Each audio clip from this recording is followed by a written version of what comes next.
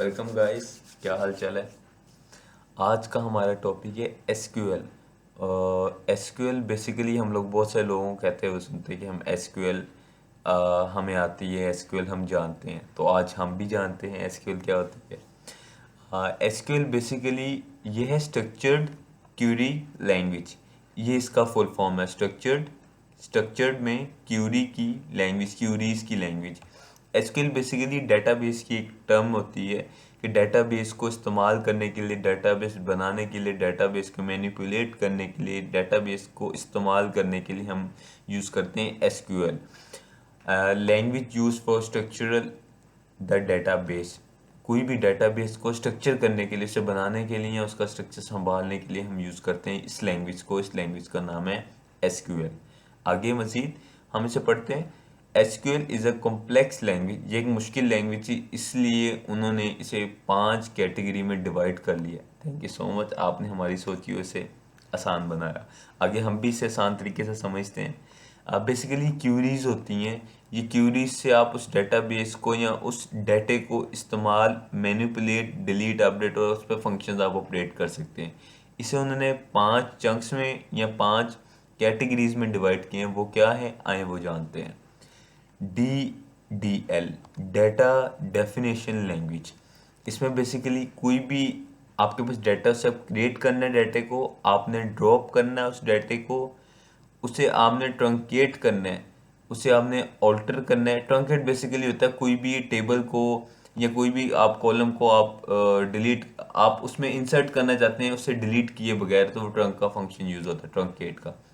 Alter basically rename, alter करना, हम कहते हैं ना हम तो ऑल्टर कर देंगे, वो ऑल्टर करना बेसिकली किसी डेटाबेस को रीनेम करना उस डेटाबेस को। ये हमारे पास 5 फंक्शंस या 5 क्यूरीज इस्तेमाल होती हैं इन टर्म DDL में, डेटा डेफिनेशन लैंग्वेज में। अगला हमारा कैटेगरी है DML, डेटा मैनिपुलेशन लैंग्वेज। ये इसमें बेसिकली 3 क्यूरीज आती हैं, इंसर्ट, अपडेट और डिलीट। किसी भी डेटा में मज़ीद इंसर्ट करना है, अपडेट करना है उसे या उसे डिलीट करना है, तो हम यूज़ करते हैं DML।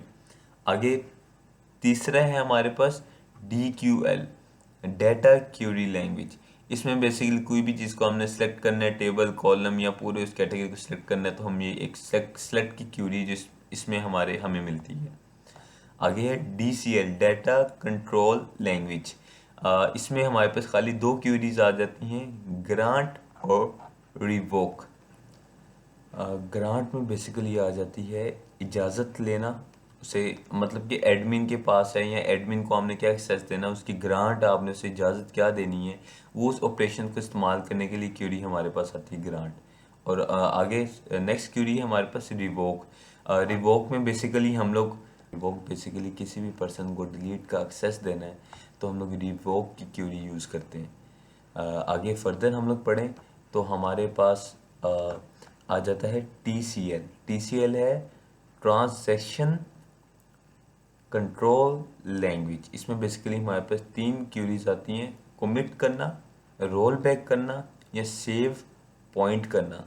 उसे कमिटमेंट देना या उसे उसे कमिट देना उस डेटाबेस में, या उसे ऑपरेशंस देना। बेसिकली इसमें हायरार्की, हमारे पास कोई भी ऑपरेशन की हायरार्की होती है। एडमिन पैनल क्या कर सकता है, यूज़र क्या कर सकता है और एक एडिटर क्या कर सकता है। तो उसकी हायरार्की को सेट करने के लिए या उनको इजाज़त देने के लिए या उनको वो चीज़ें सेट करने के लिए हम ये कमांड्स यूज़ करते हैं, commit, roll back and save point. उम्मीद है आप लोगों को समझ आ गया होगा about the SQL. Thank you so much for watching the video. आगे मज़ीद हम लोग जानेंगे, stay with me. Thank you so much, do subscribe the channel please.